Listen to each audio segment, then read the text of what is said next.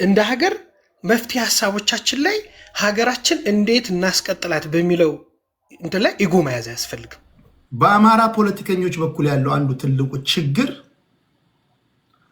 ነገስታቶችን የግላችሁ አድርጋችሁ ተወስዳላችሁ። ቆይ ለእናንተም ፌርነስ መተነትነው አለ። አሁን ለዚህ መፍትሄ ማስቀመጥ አለባችሁ። ምን ማለት ነው? ሚኒሊክን የግልህ አድርገህ ትወስዳለህ። ተፈሪ መኮንንን የግልህ አድርገህ ትወስዳለህ። ቴዎድሮስን የግልህ አድርገህ ትወስዳለህ። ተክለ ጊዮርጊስን የግልህ አድርገህ ትወስዳለህ። በሚኒሊክ ዙሪያ የሚተነተኑ አሉታዊ ትንታኔዎች በሙሉ ዳይሬክትሊ አንተን አታክ ለማድረግ እንደሚተነተን አድርገህ ትወስዳለህ። ወይም ዱላ ሲሰነዘር ከፊት ትቀድማለህ። እነዚህን ነገስታቶች የራስ አድርገህ ስለምተነትን ኦኬ ያንተ ከሆኑማ ኦኬ አሁን እያለ እንግዲያውስ ውሰድ ምናምን ይላል። ፖለቲካ የብሔር ፖለቲካ መነሻው ተጨቁኝ ያለው የሚለው መነሻው ኔሽን ኢሹ የዋክስ ኤንድ ጎልድ መነሻው ዋክስ ኤንድ ጎልድን የጻፉት ዶናልድ ሌቭን ናቸው። በ1957 ዓ.ም ልክ አማራ ጨቋኝ እንደሆኑ አድርጎ መጽሐፍ ጻፈ። ዋክስ ኤንድ ጎልድ በሚለው መጽሐፉ ላይ በዛ መጽሐፉ ላይ የትግራይን መሬት የአሁኑን ወልቃይትን ጨምሮ ካርታ ሳለ መጽሐፉን ተመልከቱት። ዋክስ ኤንድ ጎልድ የሚለው መጽሐፍ በ1967 ከ10 ዓመት በኋላ ህወሓት ማኒፌስቶ አድርጋ መጣችው። ለኢትዮጵያ ችግር እስካሁን ድረስ ሁላችንም ተጠያቂ ነን የሚል አካል አላየሁም እስካሁን ድረስ። ቴዲ ሚዩት አድርገው እምቢ አለኝ። እኔ ሞዴሬተር የለም። ቢኒያም ሚዩት አድርገው ድጋሚ ይመጣል። እሺ ቀጥል። ሁላችንም ለዚህ ችግር እጃችን ውስጥ አለንበት። አንዳንድ ጊዜ እኮ ሰውንም ለማሳመን እኔም የችግሩ አካል ነኝ ብለህ እኮ ነው የምትጀምረው ቴዲ። እኔ ለምሳሌ እኔም በሆነ ብሔር ውስጥ ገብቼበታለሁ፣ እኔም ጥፋተኛ ነኝ። ለዚህ ጥፋታችን ሁላችንም ታጥበን እንምጣ ማለት ነው እንጂ የሚገባው እነዛ ብሔርተኞችን ከስራ አድርገህ ለሀገር ሉዓላዊነት የማይደራደሩ ስታል አፍራለሁ ይልሃል እና መቆለፊያውን አንተን አረገ መዝጊያውን ደግሞ የራሱ ከዛ እዚህ ጋር እንዳለ እንግዲህ ሁሉም ተቺ ነው እንጂ ያለው እኔ ጥፋተኛ ነኝ ሲል ያወራ ሰው የለም። እኔ በግሌ ለምሳሌ ኢትዮጵያዊ ነኝ፣ ኢትዮጵያዊነት የምኮራ ሰው ነኝ። የትግራይ ጦርነት ላይ በቤተሰቤ በደል ሲደርስ በራሴ ላይ ተፈጥሮ የሆነ መብቶቼ ስታገት ምናምን ወደዛ ሙድ ውስጥ ገብቻለሁ። አልዋሽም፣ ራሴንም ነው የምልህ። ይሄ ሰውኛ ባህሪ ነው ማለት በቃ ማንም ሰው ቤተሰቡ ከተነካበት ብሔር በለው አላውቅም ይነካል። ወደ ዋናው ፖይንት ስንሄድ ቴዲ አፍሮ የራሱን አስተያየት ነው የሰጠው። ቴዲ አፍሮ ላይም እኮ ጥያቄ ያለው ሰው አለ። ቴዲ አፍሮ ከላይ የመጣ ምናን ኢትዮጵያ አይደለም። ሁላችንም እንደሚሰማን ኢትዮጵያ ይሰማናል።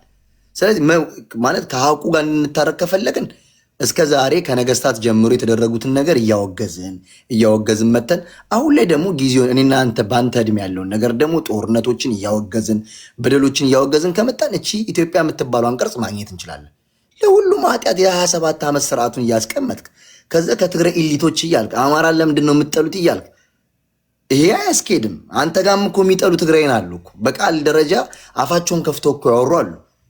ስለዚህ አንተ እንደ ግል ስትመጣ እንደ ቴዲ ስትመጣ የኔም አባቶች ካጠፉ ይጠየቁ፣ ለኃጢአት ይቅረቡ፣ ኢትዮጵያን የሚያስኬደን ግን እኔ እናንተ እንደ ወጣት እንረዳዳ ብትለኝ ያስማማኛል። ቴዲ ሁሉም ቁስሉን ደብቆ የራሱን ጨዋ አርጎ የራሱን አንደኛ አርጎ ለኢትዮጵያ ምስረታ ራሱን አርጎ ከትግራይ በላይ እኔም መጥቼ እኮ ማለት እችላለሁ። ከትግራዋይ በላይ ኢትዮጵያዊነትን የሚያውቅ የለም ካልኩ ሌላውን እየጨፈለኩ ነው። ለኢትዮጵያ ከጫፍ ጫፍ 88ቱን ብሔር ዋጋ ከፍሏል። እነ ከወጦናም ከሐዋርያ ታመተው ብዙ ዋጋ ከፍሏል። እኔ ይህንን አልክድም። ይህንን ከካርክ ነው ኢትዮጵያ ቅርጿን የምታጣት። ግን ምን ያደርጋሉ? በነገስታት ደረጃ ስለሚመሩት እነሱ ብቻ የአንበሳውን ድርሻ ወስደው ራሳቸው የሚያጎልፉ አሉ። አሁን እንደ ቅድሙ ልጅ ከቅድሙ 100 ከሚለው አሁን ሁለተኛ ያስቀመጥከው ልጅ ምን አለ? አማራን ለምንድን ነው እንትን የሚሉት ምናምን እያለ ማለት ነው።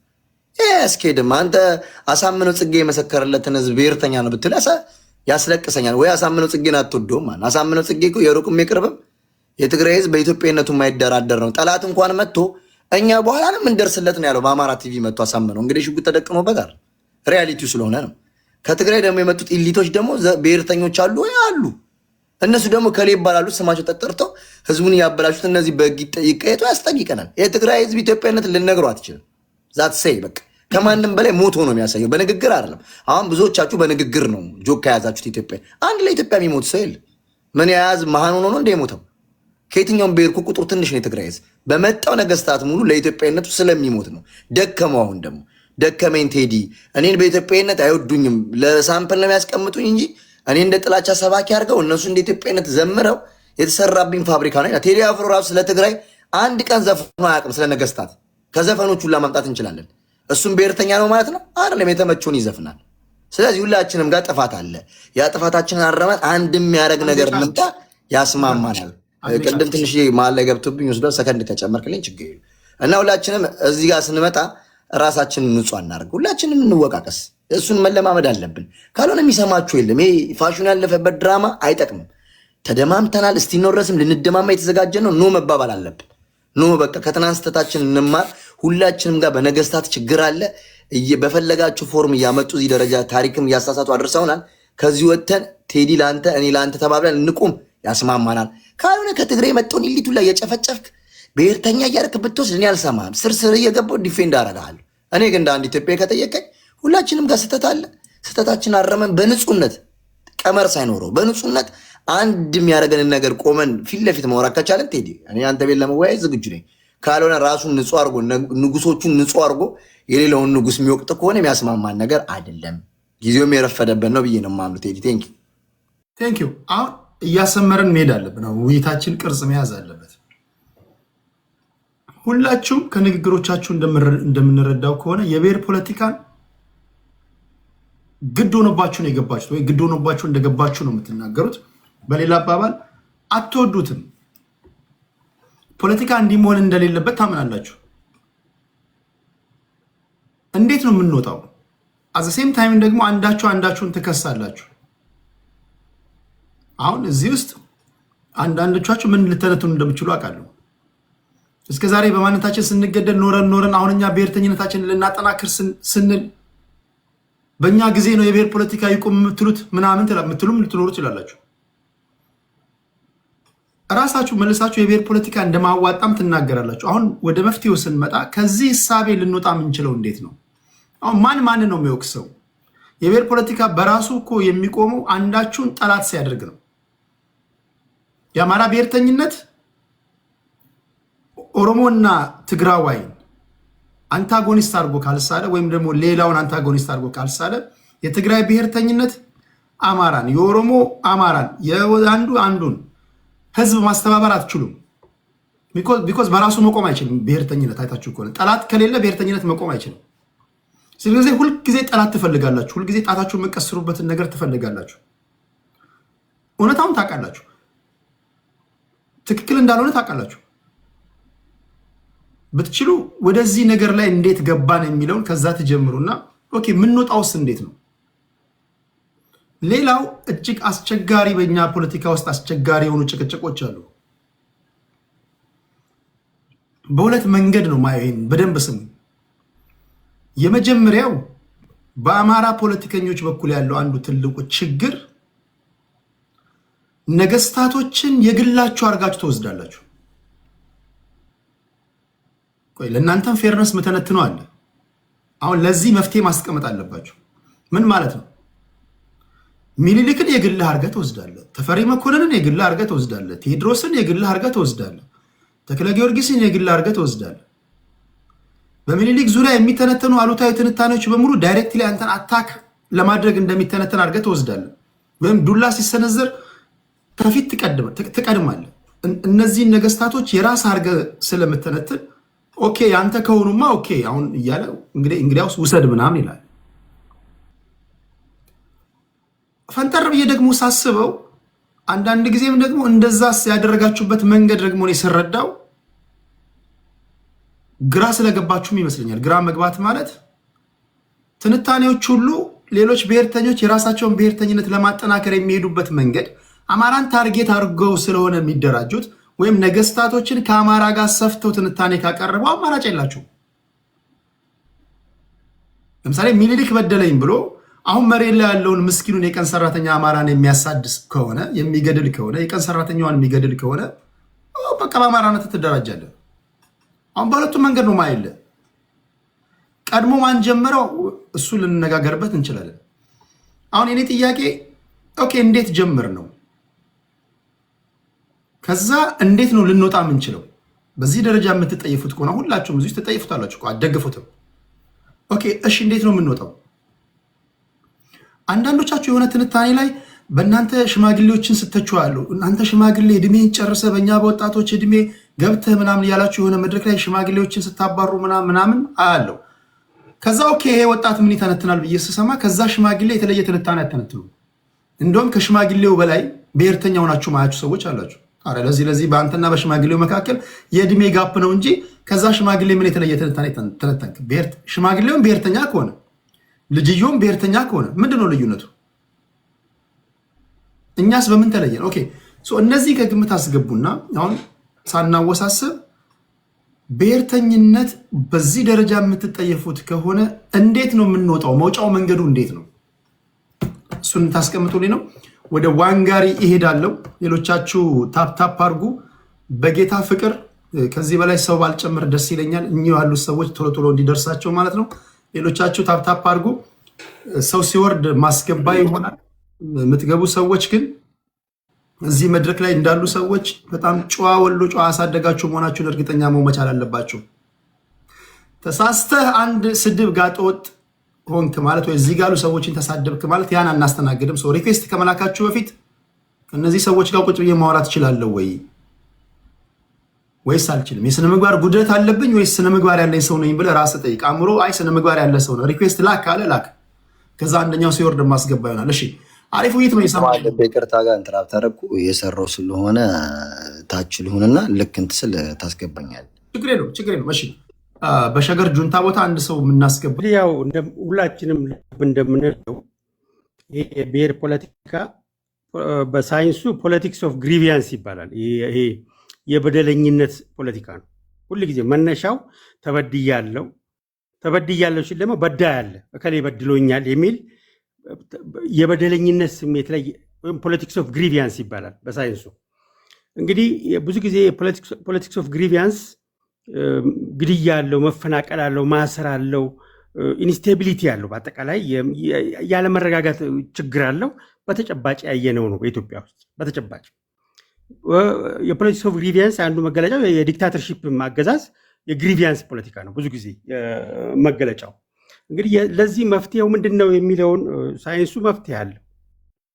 ሳይንሱ የሚለው መፍትሄው ጋር በሀገራችን ዋንጋሪ መፍትሄው ጋር እንመጣለን። ማን ጀመረው?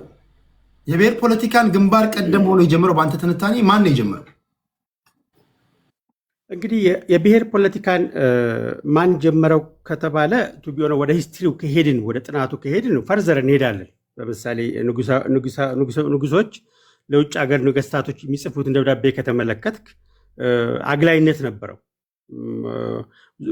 ፖለቲካው የዘር አይባል እንጂ ደብዳቤዎቻቸውን የሚጻጻፉትን ደብዳቤ ስታነብና ጥናት ስታረግ እዛ ፈርዘሩ ሄጄ አሁን እንትን መጨመር አልፈልግም። ከቅርብ ጊዜ ወደዛ ሳይሆን ከቅርብ ጊዜ ወደዚህ የሆነው የጦዘበትን ሰዓት በኢህአዲግ ዘመን ኢህአዲግ ነው። እንግዲህ ይሄ መነሻው የኢህአዲግ ፖለቲካ የብሔር ፖለቲካ መነሻው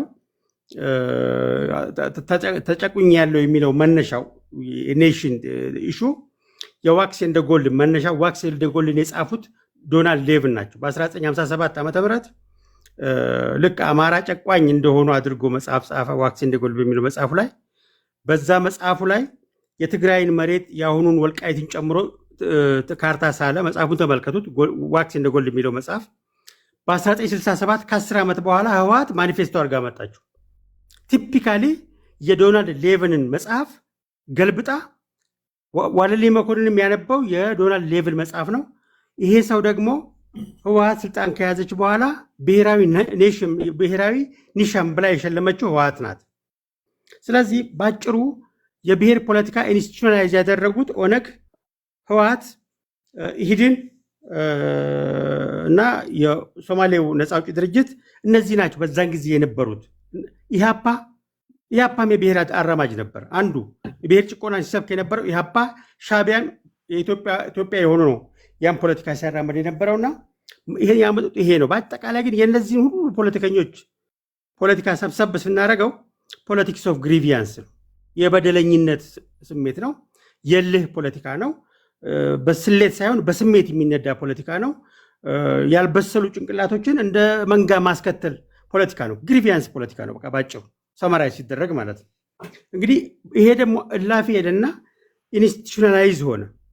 ፖለቲካው ላለፉት 30 ምናምን ዓመታት ለ10 ዓመታት ኢንስቲትዩሽናል በህገ መንግስት ተቋማዊ የሆነና በ40 ዓመት 30 ዓመት የሚቆጠሩ እድሜ ያላቸው ኢትዮጵያውያን ወጣቶችን አበቀለ፣ አሳደገ፣ ኢንዶክትሪኔት አደረገ። ስለዚህ መነሻው ወደፊት ያለው ቢሆንም ከቅርብ ጊዜ ወደዚህ ያለውን የቅርቡን ለማንሳት ከ87 ህገ መንግስት ኢንስቲትዩሽናላይዝ ከሆነበት ጊዜ ጀምሮ ቢሆንም ትግሉ የጀመረው ግን ከ60ዎቹ ጀምሮ የ60ዎቹ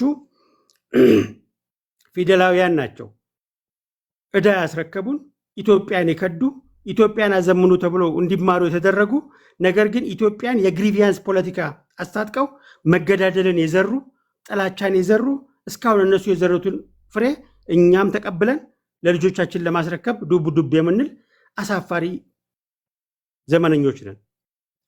ክፍለ ዘመኑን ማንመጥን ያ ትውልድ ያስተላልፍልን አገሩን የከዳ እያደሩ ማነስ ፖለቲካን ያመጣብን የ60ዎቹ ትውልድ ከዛ ጊዜ ጀምሮ ነው የግሪቪያንስ ፖለቲካ ኢትዮጵያ ውስጥ የተዘራው። ተቋማዊ የሆነው ደግሞ በ1987 ዓመተ ምህረት ነው። መፍትሄው ምንድን ነው ሲባል መፍትሄው ፖለቲክስ ኦፍ ይሄ ምንድን ነው የሚባለው የፖለቲክስ ኦፍ ሲምፓቲ ነው። በአማርኛ የርህራሄ ፖለቲካ ማለት የእዝነት ፖለቲካ ነው መፍትሄው። ፖለቲክስ ኦፍ ሲምፓቲ ለምሳሌ ኢትዮጵያውያን ሲምፓቲ ያለን፣ ለጎረቤት እናዝናለን፣ ለታመመ ሰው እናዝናለን፣ የሞተ እናስተዛዝናለን፣ የተቸገረን እንረዳለን፣ እቁብ አለን። ሁሉ ጊዜ የሲምፓቲ ባህሎች አሉን። ይሄንን ፖለቲሳይዝ ነው ማድረግ። ኢትኒሲቲን ፖለቲሳይዝ ከማድረግ ሲምፓቲን ፖለቲሳይዝ በማድረግ እስካሁን ላለፉት 3 ዓመታት የዘራነውን የያደሩ ማነስ ፖለቲካ መድኃኒት ይሆነዋል ማለት ነው። ይህን ሲምፓቲ ስንዘራ የመጀመሪያው መነሻ ፖለቲካውን መረዳት። ለምሳሌ ብሔር ብሔረሰቦች ቋንቋቸው፣ ባህላቸው ይከበር የሚለውን ሁላችንም ተስማምተንበታል። ማንም ኢትዮጵያ ውስጥ የእያንዳንዱ ብሔር ብሔረሰብ ቋንቋና ማንነቱ አይከበር የሚል ፖለቲከኛ የለም። ይሄንን በተቋም በሲቪል ደረጃ በአሶሲሽን ደረጃ ታስከብርለትና ፖለቲካው ግን በሲምፓቲ ላይ የተቋቋመ በርህራሄን የታቀፈ ሰው የሚሸት ፖለቲካ በማድረግ ታክመዋል። መነሻውም አሁን የብልጽግና መንግስት እየተንደረደረ ነው፣ ሂደቱን እያሳየ ነው፣ ህብረ ብሔራዊ አንድነት በሚል እያከመ ነው። ይሄንን እንደ ኤሊትም ተቃዋሚ ኃይሎችም የርህራሄ ፖለቲካ ማራመድ ስትጀምሩ እንወክልሃለን የምትሉትን ብሔር እሴት ስታገናዝቡ አንድ እርምጃ ወደፊት ትራመዳላችሁ። አለበለዚያ የጥላቻ ፖለቲካ ወደንም ጠላንም ትንሽ ነው የሚያደርገው። ከትንሽነት ይሰውረን። ቴንክ ዩ ዋንጋሪ። ወደ ኩዊን እንሄዳለን። ታፕታፕ አርጉ ፕሊስ። ኩዊናችን እሺ፣ ምን ትያለሽ አንቺስ?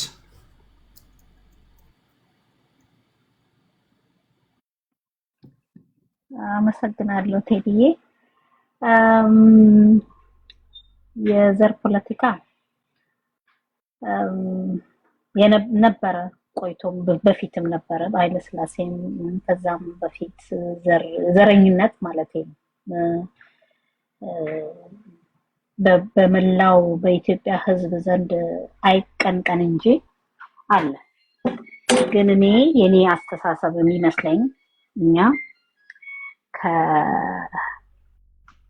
በአድዋ ድል ምክንያት ፍሪዝ ያደረግን ይመስለኛል። ፍሪዝ አድርገናል። ሁላችንም መንቀሳቀስ መቻል አለብን። ምንም አልተሰራም። ከአድዋ ድል በኋላ ምንም አልተሰራም። ኃይለ ሥላሴ በእርግጥ ሰርተዋል። እንዲያውም ለአፍሪካ ድረስ ሄደው ብዙ ነገር ያደረጉ ናቸው። ግን እኛ እንደ ኢትዮጵያውያን ፈቀቅ ልንል አልቻልንም ከቪክትሪ በላይ። ዛሬ አሁን ብዙ የሚሰራ ነገር አለ። እኔ ቅድም ስናገር ቴዲ ስለ ኢትዮጵያ መከፋፈልና የዘር ፖለቲካን የተናገረው ስል የተሰራ ነገር የለም በአሁኑ ሰዓት። አሁን ዛሬ ይሄ የብልጽግና መንግስት የሚያደርገው ነገር ልክ አይደለም፣ ወይም መስራት አለበት። በእርግጥ ብዙ መሰራት አለበት፣ ግን እየተሰራም ነው። በአድዋ ድል ምክንያት በዛ ሰዓት የነበሩ ባለስልጣኖቻችን፣ ገዢዎቻችን የሚችሉትን አድርገዋል። አድዋን አሸንፈናል። ብዙ ስልጣኔዎች ወደ ሀገር ምኒልክ አስገብተዋል። ግን በዛም መሀል ደግሞ ብዙ የተሰራ ወንጀል ሊኖር ይችላል። የትኛው ልክ ነው ለሚለው ተሰብስቦ በአንድ ላይ መምከር መቻል አለብን እንጂ አንዱ የሚፈልገውን የሀገር ታሪክ ሲጻፍ ይሄ ልብ ወለድ አይደለም። ሁሉም የሚፈልገውን ሳይሆን መጻፍ ያለበት በአንድ ላይ የተስማማንበትን። እኛ እኮ እንደ ኢትዮጵያዊ በሌላው ዓለም የሚያስቅ ነገር ብዙ የምንሰራው ነገር አለ። የሚስቅብን ዓለም የሚስቅብንን ነገር እንሰራለን በራሳችን ታሪክ ላይ እና የሚችሉትን ባለማወቅ ትምህርት ስልጣኔን ባለመኖር ብዙ ሚስቴክ ተሰርቶ ሊኖር ይችላል። ብዙ ጥሩ ነገርም ተሰርቷል። ዛሬ ጥቁር አሜሪካኖችን ብንል አፍሪካኖችን ብንል እኛ መስራት ያልቻልነውን ማድረግ ስላልቻሉ ተሸንፈው ተገዝተው ኖረዋል። እኛ ደግሞ ነፃነት ስላገኘ ወደፊት ፈቀቅ ማድረግ አቃተን። ወደፊት መንቀሳቀስ አብሮነትን መስበክ አቃተን። ብዙ የምንሰማቸው እንደ ጥንቆላም ሆነ እንደ ምትሃት የሚመስሉ ነገሮች ሁሉ በፍርሃት የመጡ ነገሮች ይመስሉኛል። ለመከላከል ባርነት ላለመሄድ ብዙ ስህተቶች ሊሰሩ ይችላሉ። ጠቅሞናልም ጎድቶናል። ግን እንዴት አድርገን ወደፊት መሄድ እንችላለን የሚለውን ቁጭ ብሎ በመወያየት እንጂ በመወቃቀስ በመጠላላት የምናመጣው ምንም ውጤት የለም። አሁን ጥሩ እየተሰራ ነው። አዎ መጥፎም እየተሰራ ነው። ሁለቱም ጎን ለጎን ነው። ጠቅላይ ሚኒስትሩ አይሞክሩም ነው ይሞክራሉ። እኔ እንደውም በጣም ማደንቃት ሴት ማናት አበበች ይቅርታ አዳነች አይደል ስሟ? አዳነች አበቤ ደስ በጣም ነው ደስ የሚለኝ። በሴቶች ላይ የምትሰራው በቤቶች ላይ የምታደርጋቸው ነገሮች ሁሉ ድንቅ ነው። እንደዚህ አይነት ሰዎች ሞር ያስፈልጉናል። ብሔርን ሳይወክሉ ለህዝብ መቆም፣ ሀገርን አብሮ መስራት፣ አብሮ መኖርን ማስለመድ መልመድ አለብን። ከፍርሃት ከጥርጣሬ ወጥተን እንዴት አድርገን ነው የምንሄደው? እኔ አላውቀውም ወዴት እንዴት እንደሚደረግ። ግን ጥፋት አለ የተሰራ። አዎ ዛሬም እየተሰራ ነው ጥፋት። አዎ ግን ቪክትሪ ብቻ አይደለም ህይወታችን። አድዋ የዛሬ 100 ምናምን ዓመት ተሰርቶ የተቀመጠልን ብሉፕሪንት ነው። እሱን ተከትለን ደግሞ ሌላ ነገር ማድረግ አለብን። አሁን ዛሬ አድዋ የሚያዋጋን ሌላ ወይ ከግብጽ ልንዋጋ እንችል ይሆናል አላውቅም።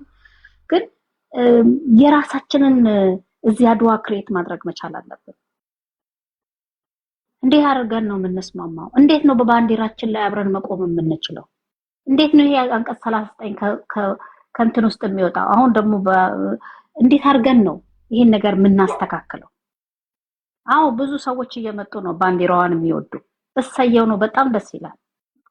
የሁላችንም ባንዲራ ወይስ ደግሞ የየሁሉም ዘር ጥለት ይግባበት? የየሁሉም ዘር እሺ አመሰግናለሁ። የሁሉም ዘር ጥለት ይግባበትና ባንዲራችን ትቁም አንድ ላይ። ይሄንንም መወያየት ነው እና ይሄንን አምናለሁ። እኔ የዘር ፖለቲካ አላካሄድም፣ ኢትዮጵያዊ ነኝ እና አመሰግናለሁ።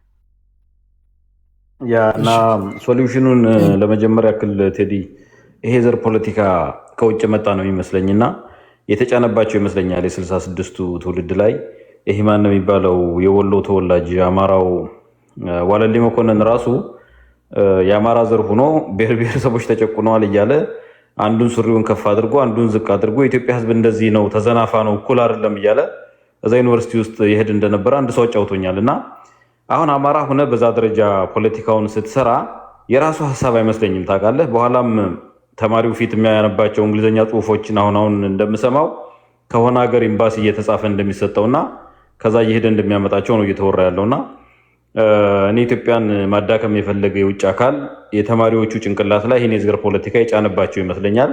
አደራጅቶም እንዲሸፍቱ ያደረጋቸው ይመስለኛል። ንጉሱ ላይም በኋላም ደርግ ላይና ኢቭን ቅድም አንተ እንዳልከው ቲፒኤልኤፍ ደርግን በመመስረት በእድሜ ይበልጠዋል። ባይዘወይ ቲፒኤልኤፍ ጫካ ገብተው ከተወሰነ ከ7 ወር ከምናምን በኋላ ነው ደርግ የተቋቋሙ። አሁን ደርግን ልንታገል ወጣን ምናምን የሚሉት እናቶ ስብሃትና እነመለስ ውሸት ነው። ደርግ ነጭ ይሁን ጥቁር ይሁን ሶሻሊስት ይሁን ካፒታሊስት ይሁን የሚያውቁት ነገር የለም። ቀድሞ ነው እነሱ የሸፈቱት። እኔ ከውጭ ተገዝቶ የመጣ ፖለቲካ ይመስለኛል። ምን አባራዎቹ ኢህአፓ ውስጥ የነበሩት በኢትዮጵያ ስም መደራጀት ፈልገው ሱዳን ውስጥ በዘራችሁ ካልተደራጃችሁ በኢትዮጵያ ከተደራጃችሁ እርዳታ አንሰጣችሁም ተብሎ ነው ኢህአፓ ተበታትኖ የጠፋው።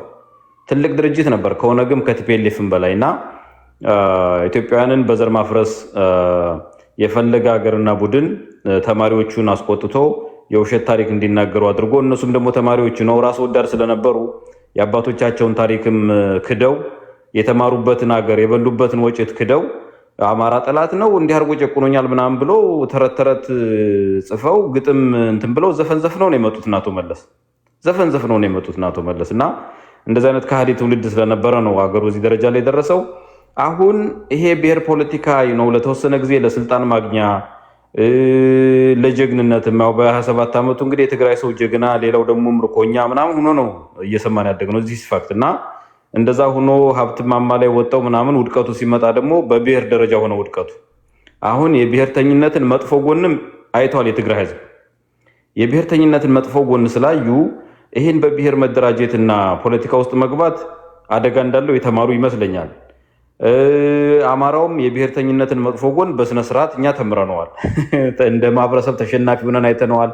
ነፍጠኛን ሰበር ነው ተብለናል። አደባባይ ላይ ተቆሞ መገደሉ መፈናቀሉን ኢንተርቴን አድርገናል። የዘር ፖለቲካው እንደማይጠቅም ዛሬ ሀገሩ ጫፍ የጥፋት ጫፍ ላይ ሲደርስ ሳይሆን ገና ከጅምሩ በ83 በ84 ህገ መንግስቱ ሲረቅ አማራ የተባሉት በሙሉ እነ ፕሮፌሰር አስራት ጭምር የህክምና ጋውናቸውን አወልቀው መጥተው ምክር ቤት ሲገቡ ፖለቲካው ላይ እንዴት ኢትዮጵያን በዘር ትሸነሽናላችሁ፣ እንዴት ኤርትራን ትሰዳላችሁ ምናምን ብለው የተናገሩት አማሮች ናቸው።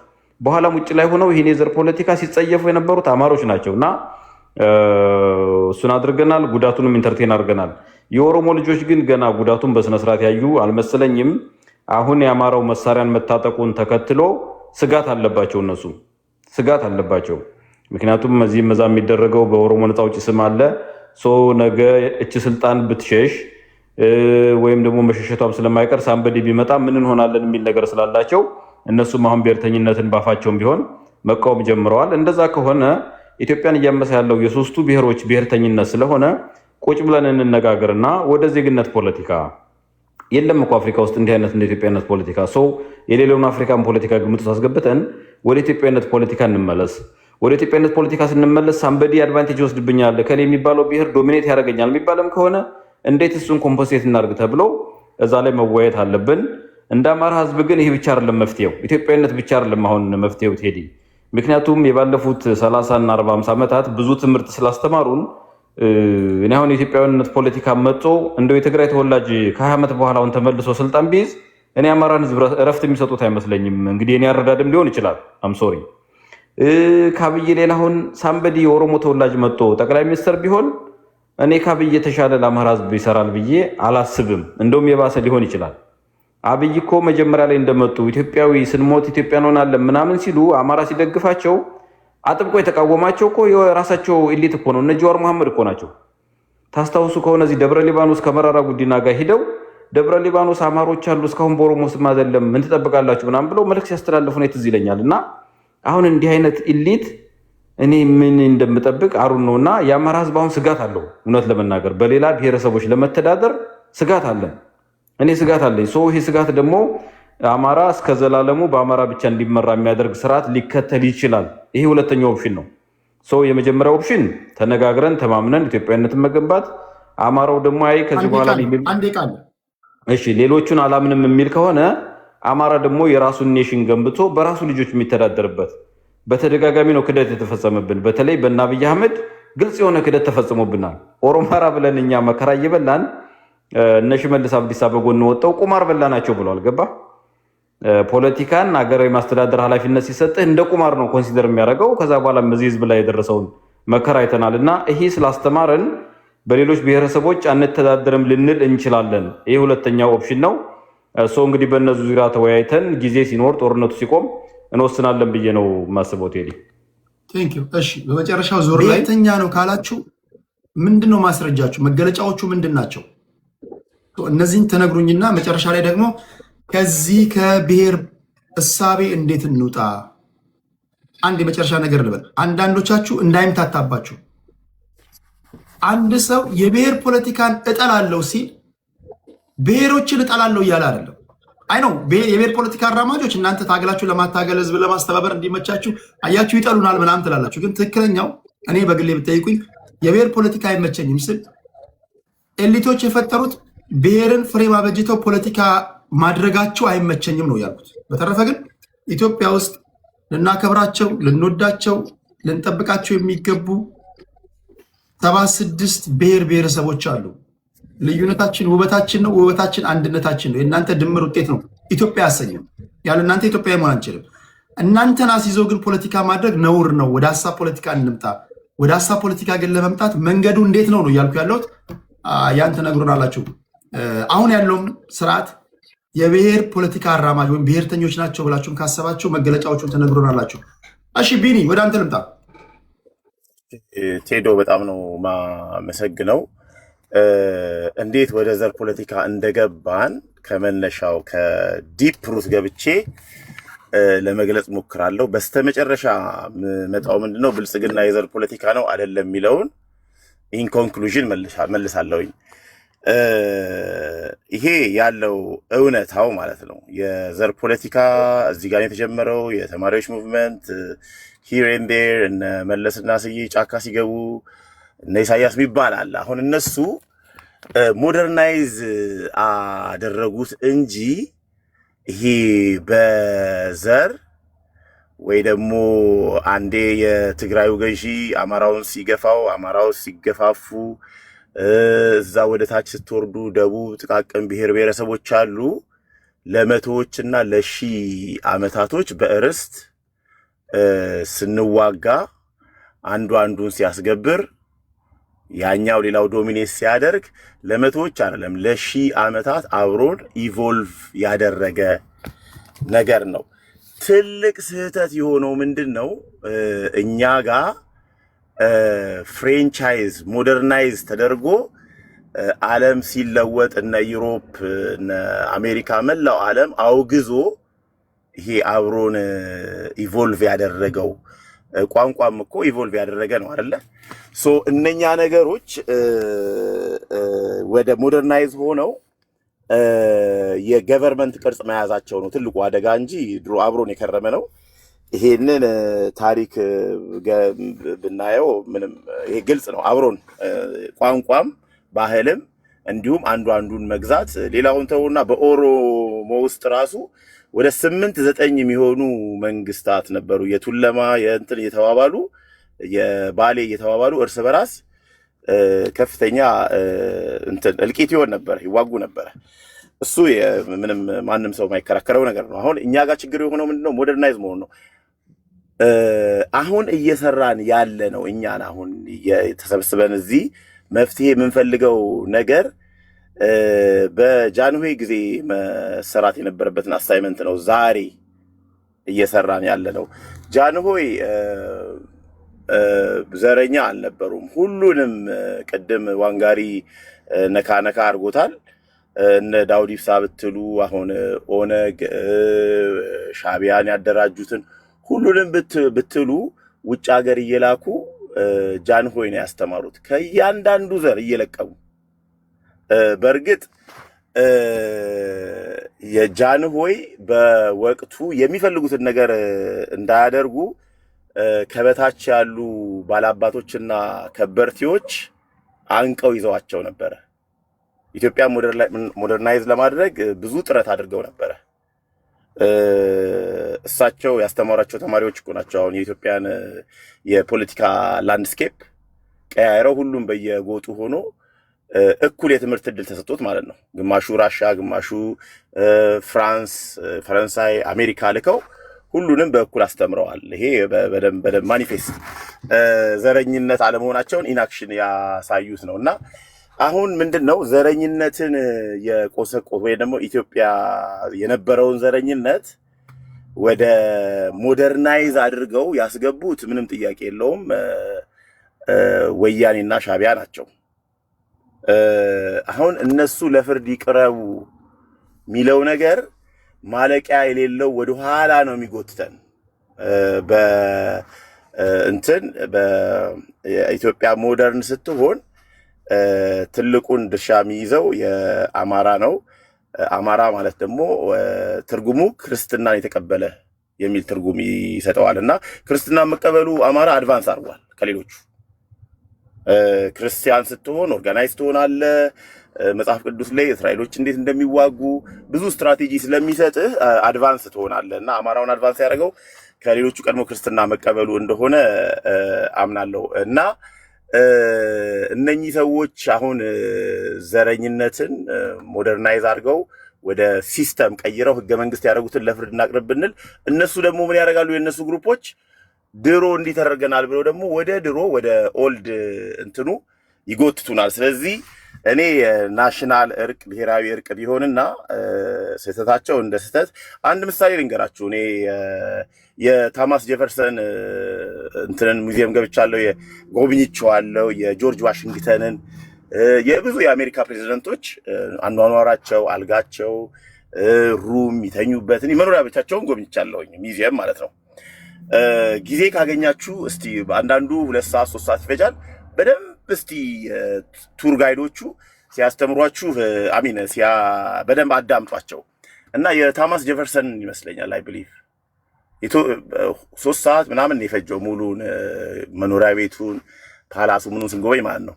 እና የሆነች ሞመንት ላይ አንድ ጊዜ በቃ ጸልዩ ምናምን ይባልና በጣም የሚደብር ነገር ልነግራችሁ ነው ይባልና በጣም ሳድ ስቶሪ ይባልና እንዴት አድርጎ የ12 ዓመት ህፃን ልጅ እንደ ሚስት ቁምጥ አስቀምጦ እንደነበረ ባሪያዎቹን እንዴት ያሰቃዩ እንደነበረ አሜሪካኖቹ ራሱ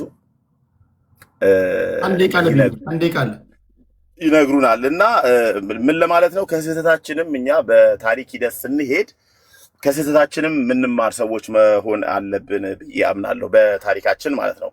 እና ስህተታችንን ሳንደብቅ ሀምብል ሆነን እንደ አሜሪካኖቹ ጠንካራ ጎናችንን አሻሽለን መስራት፣ ስህተታችንን ደግሞ ማስተካከል አለብን ብዬ አምናለሁኝ።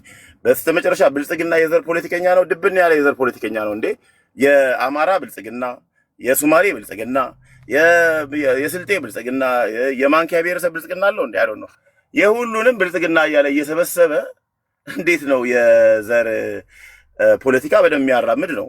ህገ መንግስቱን አልቀየረውም፣ ምንም የነካው ነገር የለም። ግን በውስጡ ከዘረኝነት ለመላቀቅ እየታገለ ያለ የፖለቲካ ድርጅት እንደሆነ እረዳለሁኝ። ተግባራዊ አክሽንም ሲያደርግ እናየዋለን። ግን ቦልድ ወይንም የጀግና ሙቭ አድርጎ ዘረኝነትን፣ አንቀጽ 39ን እንዲሁም ደግሞ ይሄ የብሔር የጎሳ ፖለቲካን በህግ የማገድ የደፋር ሙቭ አድርጎ እስካሁን አላረገም። ከዚህ በኋላ ግን ወደዛ ያመራል ብዬ አምናለሁኝ። ምክንያቱም ኒው ጀነሬሽን ያለው ዓለምም ብዙ ርቀት ስለማያስኬደው ለሰርቫይቫሉ ሲል ብልጽግና የዘር ፖለቲካን ይጥላል ብዬ አምናለሁ። አመሰግናለሁ። ጥቅል ያነሳቸው 3 አንድምታ ያላቸው ነገሮች ናቸው። የመጀመሪያው ከዚህ ቀደም ፕሪቪየስ ያለን ሊትሬቸር ቪዋችን ምን ይመስላል፣ ለምንድነው እዚህ ጣጣ ውስጥ የገባን ይመስለኛል ያንተ ሀሳብ። ሁለተኛው አሁን ከረንት ላይ ያለነው ሲቹዌሽን ምን እንመስላለን፣ ሶስተኛ መጨረሻ ላይ ምን መሆን አለብን የሚል አንድምታ አለው ከአንተ ሀሳብ ስረዳ ከቴሌግራሙ ማለት ነው። የመጀመሪያው አብዛኛው እዚህ የነበሩ ጓደኞች አንስተውታል፣ ስላነሱት መደጋገሙ ተገቢ ነው ብዬ አላምንም። ግን አንድ ነገር አንስቼ ልለፍ። በ1960ዎቹ ወይም 50ዎቹ ትውልድ እየተባለ የሚጠቀሰው ትውልድ የመጀመሪያው ስህተቱ ስርዓትንና ስርዓተ መንግስትን የታገለበት አግባብ ስህተት ነው። ስርዓት ማለት ገዢውን የአገሪቱ ስቴት ስትራክቸሩን የሚመሩት አካላት ገዢዎች ናቸው። እነዛን ገዢዎች መቃወምና ስርዓተ መንግስቱን የሀገሪቱን ስኬለተን ነው የታገሉት። እነዚህ ግን ስህተታቸው ዛጋ ነው። ለምሳሌ አሁን ለገባንበት የባህር በር ጥያቄ ናሽናል ኢንተረስት ችግሮች የከተተው የቀድሞ ታጋዮች አርቲኩሌት ያደረጉት ቅድም ታች ስጽፍል ነበር የእነ አቦይ ስብሃትና የእነ መለስ ዜናዊ ስክሪፕት ነው ማለት ነው። ስለዚህ የሀገሪቱን ስትራክቸር ወይም ስርዓተ መንግስቱን ነው የታገሉት እነሱ። ያ ማለት ኢትዮጵያን ይጠላሉ ማለት ነው። ቴዲ ባጭሩ ሲጠቃለል የህወሓት የሚባለው ኃይል ለረጅም ዓመታት ሲሰበክ የነበረው የሀገሪቱን ስርዓት ነው የጠለው። ይሄ ማን ነው? ስርዓተ ስትራክቸሩን የሀገራችንን መዋቅር ለምሳሌ ድንበሯን፣ ባህር በሯን፣ አጠቃላይ ውስጥ ያላትን ካልቸራል ስሪት ሁሉ ነው የበጣጠሰው ማለት ነው። ይሄንን በዚህ ልክ መግለጽ ያስፈልጋል ማለት ነው። አሁን ላለንበት ሲቹዌሽንስ ምንድን ነው? እሱን ስለበጣጠሱት ይሄ የገመደንን አንድ ያደረገንን የባህልም አስተሳሰባችን ነው በነገራችን ላይ የበተኑት። ሀገራዊ አስተሳሰባችን በትነውታል። ለምን? አሁን ያለንበት ወቅት ምንድን ነው? በአድዋ ታሪክ በጻፍንበት ወቅት ላይ መሆኑ ደግሞ ይሄ ውይይት ለየት ያደርገዋል። የኢትዮጵያ ህዝቦች አንድ ሲሆንማ የኢትዮጵያ ህዝብ ነው። በአንድ ሀገር ላይ በነገራ ህዝቦች የሚል ሀሳብ እኔ አልግባባም። ፒፕል ነው፣ በእንግሊዝኛም ፒፕል ነው። ፒፕል ሳይባል ህዝብ ነው። የኢትዮጵያ ህዝብ ከኤርትራ አሁን ኤርትራ አንድ ሀገር ሆናለች። የኢትዮጵያና ኤርትራ ካልክ ህዝቦች ልትል ትችላለህ። እኛ ግን ኢትዮጵያ የምትባል ሀገር ስላለን እዚህ ሁሉ ጭምር ማረሚያ እየሰጠን ነው ሄዳለን። ህዝብ ነን። የኢትዮጵያ እኔና ቴዲ ህዝቦች አንባል። ቴዲ ሌላ ብሔር ሁን፣ እኔ ያመራለሁ፣ አንተ ጉራጌ ሁን፣ ከምባታውን ይዳዝማት ምንድነን? ህዝብ ነን። የምን የኢትዮጵያ ህዝብ። የወያኔ ፖለቲካ ስሪት ግን እንደዚህ እንድናስብ አላደረገን። ስህተቱ ዛጋ ነው ማለት ነው። አሁን ላለንበት ሂደት አንተ በጎጥ እንድታስብ እኔ በጎጤ እንዳስብ፣ የኔን ቁስል አንተ እንዳታቅ የአንተን ቁስል እኔ እንዳላቅ ተደርገናል። ተሸፍናናል ማለት ነው በአጭሩ። ስለዚህ ተሸፍነናል። ያ ደግሞ ስሪቱ የመጣበት አግባብ እሱ ነው ማለት ነው። ወያኔ መጣና ምንድን ነው ያደረገው? በቃ እዚህ ላይ ነው መነጋገር ያለብን። ብዝሃነት ሲባል ምን ማለት ነው? ብዝሃነት ሲባል የጾታን ብዝሃነት አለ፣ የሃይማኖት ብዝሃነት አለ፣ የሀሳብ ብዝሃነት አለ፣ የትምህርት ሁኔታ ማካተት የቻለ ብዝሃነት አለ፣ የቋንቋም እኩልነት አለ፣ ብዝሃነትም አለ፣ ሌላ የብሔር ብዝሃነትም አለ፣ የባህልም ቅድም እንደጠቀስከው ሌሎች በከተማና በገጠርም ማዕከል ያደረገን ብዝሃነት አለ። ብዝሃነት በጣም ብዙ ነው ማለት ነው። ዳይቨርሲቲ ወያኔ ያደረገው መጣና እነዚህ ሀሳብ ብዝሃነትንም ጨፍልቆ አሁን በሰራን ስሪት ላይ አሁን ለገባንበት መከራ ብዝሃነትን አርቲኩሌት ያደረገበት አግባብ ስህተት ስለሆነ አሁን ያለንበት ሲቹዌሽንስ መፍትሄ ሳይሆን የማስቀምጠው አሁን ያለንበት ሲቹዌሽንስ ምን ይመስላል ካልን እዛ ዙሪት ውስጥ ነው ያለው ቪሼስ ሰርክል ማለት ነው። ለመፍትሄም ያልተዘጋጀን ለመደማመጥም ያልተዘጋጀን። አሁን ቅድም አንድ ሀሳብ ስሰጥ ነበር። አሁን ያለው መንግስት ብሔርተኛ ነው ወይ? የብሔርተኛ አይደለም፣ ግን የብሔር ተጽዕኖ አለበት። የብሔር ተጽዕኖ በከፍተኛ ሁኔታ አለበት ማለት ነው። ለምሳሌ ጠቅላይ ሚኒስትር አብይ አህመድ ኢትዮጵያ አለ። ምንድን ነው ሲደረግ የነበረው? ከመቀሌ ሸሽቶ የነበረው ኃይል ምንድን ነው ሲያደርግ የነበረው? አዳዊ ነው፣ ጨፍላቂ ነው፣ ሊበላን ነው ተብሎ እኮ ጠቅላይ ሚኒስትሩ ወከባ ውስጥ ገቡ። እንዲህ ሰው ፐርሰን ቴዲም ነገ ብትሄድ እንደዚህ ነው የምንበላህ። አሁን አንተ ተጽዕኖ ፕሬሩ ቀላል ስለሆነብህ ጥሩ ሰው ልትመስል፣ ተጽዕኖ እንደዚህ ነው የሚመጣው ከመልቲ ዳይሬክሽን ማለት ነው። ምን መሆን አለብን የሚለውን ሚስተር ኤክስም ቢሄድ ዋንጋሪም ቢሆን ባላምባራስም ቢሄድ እኛ ምን እንመስላለን የሚለው ማካተት ያስፈልጋል። ሌላው መጨረሻ ላይ አንድ ነገር ማለት የምፈልገው ሁሉም ብሔር ብሔረሰቦች በየልካቸው ተሰፍቶላቸዋል ይሄ ጠባብ ልብስ። ኦሮሞ ስድብ ተሰጥቶታል፣ አማራው ስድብ ተሰጥቶታል። አማራው ጨቋይ ትምክተኛ ተብሎ ተሰጥቶታል፣ ስህተት። ኦሮሞ ጠባብ ተብሎ ተሰጥቶታል፣ ይሄ መረሳት የለበትም። ይሄ ተሰጠው አየሁ። ይህንን የወቅቱ የነበረው የለውጥ ኃይል ይህንን ቀልብሶታል። እኛም ጭምር በትግሉ ስለነበር ወጣቶችንም በሰልፍ ወተን ፖለቲከኛ ባንሆንም ይሄ ትክክል አይደለም ብለን ታግለነዋል ማለት ነው። ይህን ከጣልነው በኋላ ግን ምንድን ነው መምጣት ያለበት የሚለው ላይ መፍትሄ ላይ በኋላ ሀሳብ እመጣለሁ። ሀሳብ መውሰድ አልፈልግም። የመጀመሪያ ሀሳብ ሰጭ ስለሆንኩኝ መጀመሪያ እዚህ ቤት ስገባ የመጀመሪያ ስለሆነ በኋላ መፍትሄ ላይ በሚለው ላይ ስንመጣ እንነጋገራለን። ግን አሁን ትግራይ አካባቢ ያለው ፖለቲካ ወንድሞቻችን አንድ ነገር ልጠቀማት። ትግራይ አካባቢ ያሉ ወንድሞቻችን ማድረግ ያለባቸው የውጭ ሰለባ መሆን የለባቸው። ቅድም እንዳልነው ትናንት ስርዓተ መንግስቱን እንደተቃወሙት ስርዓትን ሊታገሉ ይችላሉ። ስርዓተ መንግስቱን ግን መቃወም የለባቸው። የባህር በር ጥያቄ ሲነሳ እንዴ ለልጅ ልጆቻችን እኮ ባህር በር ቢያንስ እንደሚመለስ ማሳየት አለብን። እኛ ባንመልሰው ስርዓተ መንግስት ማለት ምን ማለት ነው? ኢትዮጵያ የምትባለውን እስኬለተን መቃወም የለባቸውም። እሱን ለማለት ነው። መፍትሄ ላይ በኋላ እመጣለሁ። ቴንክ ያ ወደ መፍትሄው አጠር አድርጌ ልምጣት ሄዲና ይህን አሁን የገባንበትን የዘር ፖለቲካ ማስቀረት ምንችል አይመስለኝም። ኦሎፌሳደን መከላከል ግን እንችላለን። ለምንድነው ማስቀረት የማንችለው? አንደኛ ቅድም እንዳልሁ በዘር እንድንደራጅ የውጭ እጅ አለበት ብዬ ስለማስብ አሁንም እሱ የሚቀጥል መስሎ ይታየኛል እና የዲያስፖራ አካባቢ ያለው ኢሊት አሁንም የዘር ፖለቲካ የሚያራምድ ከሆነ አገር ውስጥ የፈለገ ኢትዮጵያዊነት ፖለቲካ ቢኖር የሚረብሽ ይመስለኛል እና በዛ መልኩ የምናስቀረው አይመስለኝም። ለመከላከል ግን ምን ወስዳቸው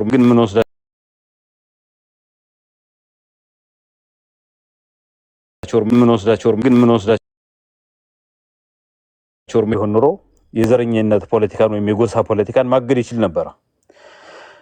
ይሄ አንዱ የመከላከያ ዘዴ ነው። ቢያንስ በህግ አግደህ ሰዎች ለስልጣን ሲታገሉ በዘር ተደራጅተው ሳይሆን በሐሳብ በተሻለ የአገር ስሜት ለህዝብ ጥቅም በሚውል መልኩ እንዲፋጩና እንዲታገሉ ማድረግ ይቻል ነበር። ግን እሱን አላደረግንም። አንዱ የመከላከያ መንገዳችን እንግዲህ በህግ ማገድ ነው። ከዛ ውጭ ግን ሁለተኛው መከላከያ መንገዳችን ስልጣን ላይ ያሉት ሰዎች እንግዲህ በፈጣሪም እርዳታ የኢትዮጵያዊነትና የሰብአዊነት ርህራሄ እንዲኖራቸው መጸለይ ነው። ዋናው ዲተርሚናንት እንትኖቹ እነሱ ናቸው። ስልጣን ላይ ያለው አካል እንዲሁ በተፈጥሮም ባስተዳደጉም ኢትዮጵያዊ ካልሆነና ሁሉንም የሚያስተዳድረውን አካባቢ በኩል ላይ የማያይ ከሆነ ህግን ለሁሉም ሰው ማስከበር የማይችል ከሆነ ይህን የዘር እሳቤ መቼም እንደ ህጉን እንኳን ብንጽፈው እና የዘር ፖለቲካን በህግ እንኳን ብንከለክል አስተዳዳሪው ዘረኛ እስከሆነ ድረስ ከዘረኝነት አባዜ የምንወጣ አይመስለኝም። ሌላውና ሶስተኛው እነዚህ ገለልተኛ ማነው ተቋማትን ለምሳሌ የሃይማኖት ተቋማትን ከፖለቲካ ነፃ ማድረግ ነው። የሃይማኖት ተቋማት ከፖለቲካ ነፃ ከሆኑና አባቶች ለሰዎች ልጆች ሁሉ እኩል የሚያዝኑ ከሆነ እንደሚያስተምሩት ቢያንስ እዛች ሀገር ላይ ፍትህ ሲጓደል ይጮሃሉ፣ ፍትህ እንዲስተካከል ያደርጋሉ። በዛ ምክንያት አንዱ ህዝብ ተለይቶ የማይበደልም ሲበደልም ፍትህ ያገኛል። በዚህ መልኩ የዘር ፖለቲካ እየከሰመ ይሄዳል ግራጁዋሊ እና አሁን ያለው ትውልድ እያለ የዘር ፖለቲካ ኢትዮጵያ ውስጥ ይቀራል ብዬ አላስብም። ግን ከአሁኑ ብንከላከለው ምናልባት የተወሰነው ከ20 ዓመት ከ30 ዓመት በኋላ ኢትዮጵያዊነትን የሚወድ በኢትዮጵያዊነት የሚከባበር ኔሽን ልንፈጥር እንችላለን ብዬ አስባለሁ። ቴንኪዩ ቴዲዬ፣ በድጋሚ እጅግ አድርጌ አመሰግናለሁ። ሁሉም ወንድሞች መፍትሄ ሀሳብ አስቀምጠዋል። ቅድም ኮዙ ላይ ከተነጋገር ኢፌክቱ ላይ ደግሞ ከተነጋገርን አሁን ያመጣብን ጣጣ ከተነጋገርን ያመጣብንን ጣጣን መግባባት እንችላለን ወይ ነው ጥያቄው። ያመጣብንን ችግር አቀነዋለስ ወይ? ምንድን ነው እየገጠመን ያለው? በቃ ይሄ እዚህ ላይ መግባባት መቻል አለብን። አሁን እየመጣብን ያለው ችግር አንደኛ በጋራ እንዳንቆም አድርጎናል።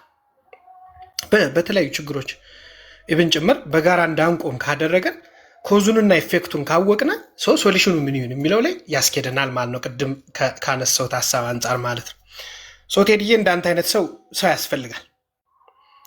ሪሊ ቱ ቢ ፍራንክ ለማውራት ማለት እንዳንተ አይነት ሰው እንደዚህ ሀሳብን ሙቹዋሊ ተነጋግሮ ለመፍታት የሚደረጉ ጥረቶች ላይ ሰው ያስፈልገን። በቃ አለቀ። አሜሪካን ደማን ሁ ቢልት አሜሪካ ካየነው ግለሰቦች ናቸው አሜሪካን የገነባት በሚለው ፊልም ላይ አሁን ገብቶ ማንም ማየት ይችላል። ግለሰቦች ናቸው። እነ ሮን ኬለር ሌሎችንም መጥቀስ ይቻላል። አሜሪካን ግለሰቦች ከገነባት እኛ ሀገርም ግለሰባዊ ሀሳቦች መጥተው በሀሳቡ ላይ መነጋገር የምንችልበት እድሎች መፈጠር አለባቸው። እንግዲህ ኮዙ ላይ ኢፌክቱ ላይ ከተነጋገር መፍትሄው ላይ ምን ይሁን ሲባል ሰው ያስፈልጋታል። በሀሳብ መነጋገር የምንችል ሰዎች ነን ወይ? እዚህ አካባቢ ላይ ካወቅ ነው ቀጥሎ ምን ይምጣ የሚባለው ሌላው ነገር አማራጭ የለንም። ቴዲ አንተ ብዙ ጊዜ ስትናገር ስለምሰማ አማራጭ ስለሌለን ቁጭ ብለህ ትነጋገራለህ ማለት አለቀ በቃ።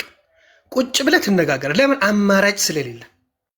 ኢትዮጵያ የምትባልን ትልቅ ሀገር ለማስቀጠል ከፈለግን አማራጭ የለህም ማለት ነው። ቁጭ ብለህ ትነጋገራለህ ማለት አሁን ቁጭ ብለህ ተነጋገር ሲባል ነው በዚህም በዛም የሚፈታተው። ምን እንደሚቀርበት አይገባኝም ቴዲ። እኔ ምን እንደሚቀርበት ቴዲም አንድ እንጀራ ነው የሚበላው፣ አብራሮም አንድ እንጀራ ነው የሚበላው። ቁጭ ብለህና ተነጋገር ሲባል ለምንድን ነው የሚበጫጨቀው? ሌላው አንድ እሱ።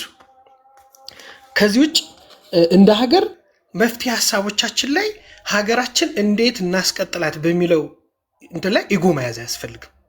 እዛ ጥግ ይዞ ቁጭ ብሎ ቴዲ መሳደብ፣ ቴዲ ማሸማቀቅ፣ አብራሮ ማሸማቀቅ፣ ፖለቲከኞችም ተመሳሳይ ሌላ ጎራ መያዝ፣ ሌላ ንትርክ መግባት አያስፈልግም ማለት ነው። መፍትሄው ቁጭ ብሎ መነጋገር ነው ማለት ነው። የመታን ድንጋይ ምንድን ነው እንቅፋቱ ምንድን ነው ተብሎ ካስቀመጥነ የ1960ዎቹን ቁልፍ መፍታት ነው። ቅድም የሆነ ልጅ ሲጠቅስ ሰምቻው ቁልፉን መፍታት መነካካት ነው። ቴዲ አሁን የብሔር ፖለቲካን ማገድ እንዴ ባንኮች ምናምን የሆኑ ነገሮች ሁሉ እኮ በኢኮኖሚ ውስጥ ሁሉ እኮ ገብቶብናል። በፖለቲካው አልፎ በሃይማኖቱም ገብቶብናል። በነገራችን ላይ ኢቭን ጨቋይ በነገራችን ሲባል የነበረው ህወሓት ሲፈርጅ የነበረው የአማራን ህዝብ ብቻ አይደለም የኢትዮጵያ ኦርቶዶክስ ተዋሕዶን ብሎ ጭምር ይሰብክ ነበር። እነዚህን ተቋማት ሁሉ ፍሪ ነፃ ማድረግ አለብን። ጉራጌ ነፃ መሆን አለበት፣ ከምባታ ነፃ መሆን አለበት፣ ፍሪ መሆን አለበት፣ ነግዶ መስራት አለበት፣ ኦሮሞ ሰርቶ ማደር አለበት፣ መስራት አለበት፣ መፈታታት፣ ትግሬዎች መፈታት አለባቸው። በብሔር ታስረናል ማለት ነው። እሱን የብሔርተኝነትን አስተሳሰብ እናጥፈው ሳይሆን ብሔርተኝነት ያመጣብንን ጣጣ እንገንዘበው። ከዛስ እንዴት እንምጣ ነው። እንዴት እንምጣ ሲባል ሌሎች አስተዳደራዊ ስርዓቶችን መዘርጋት አለብን። የሀገር ስትራክቸርን አይደለም እንቀይረው። ኢትዮጵያ እንዳር ድንበሯን አይደለም ማጥፋት ያለብን። ኢትዮጵያን ቦልድ አድርገን ከሌሎች የምናመጣ መሆን አለብን እንጂ ከኛም የሚወሰድብን መሆን የለበትም። እንዴ አድዋን እንዴት ነው አሁን በአሁኑ ትውልድ እንደ አድዋ አይነት ታሪክ ለመስራት አንድ መሆን አለብን ማለት ነው። ሶ መፍትሄው ቴዲዬ ተደጋጋሚ አንተም ካለህ ፍላጎት ካለህ ኢንተረስት ካለህ ናሽናል ኢንተረስት አንጻር ይመስለኛል ከብዙ ሰዎች ጋር በጣም ግንባር ግትርትር እስከሚል ድረስ ትነጋገር እሰማለሁ። እንደዚህ አይነት ሰው ያስፈልጋል። መሬት ላይ ስንወርድ ደግሞ መሬት ላይ ስትሰራ ቴዲን ሰው ይቀበላሉ ይካል አይቀበሉህም። አይ ነባራዊ ሁኔታው መሬት ላይ ያለው አይቀበልም ሰው አንተን የሚያይ በመነጽር ዘሩ ምንድነው ብሔሩ ምንድነው አብራሩ ብሔሩ ምንድነው ሳምበዲ ብሔሩ ምንድነው የሚል ኃይል ከዚህም ከዛም ይመጣል ማለት ነው። ሶ ከዚህም ወተን መነጋገር መቻል አለብን።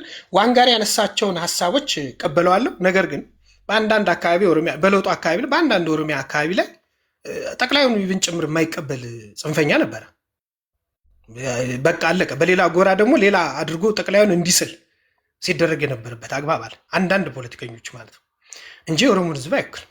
ኦሮሞ ህዝብ የዋነው አብሮ የሚኖር ሰርቶ ኢትዮጵያን ሪግሬት ማድረግ የሚፈልግ ህዝብ ነው። ግን አንዳንድ ፖለቲከኞች ወጥተው አሁን በአማራ ክልል አካባቢ በትግራይ አካባቢ የሆነ ጽንፈኛ ኃይል የሆነ ኮርነር እንዲይዝ ያደረገ ኃይል አለ።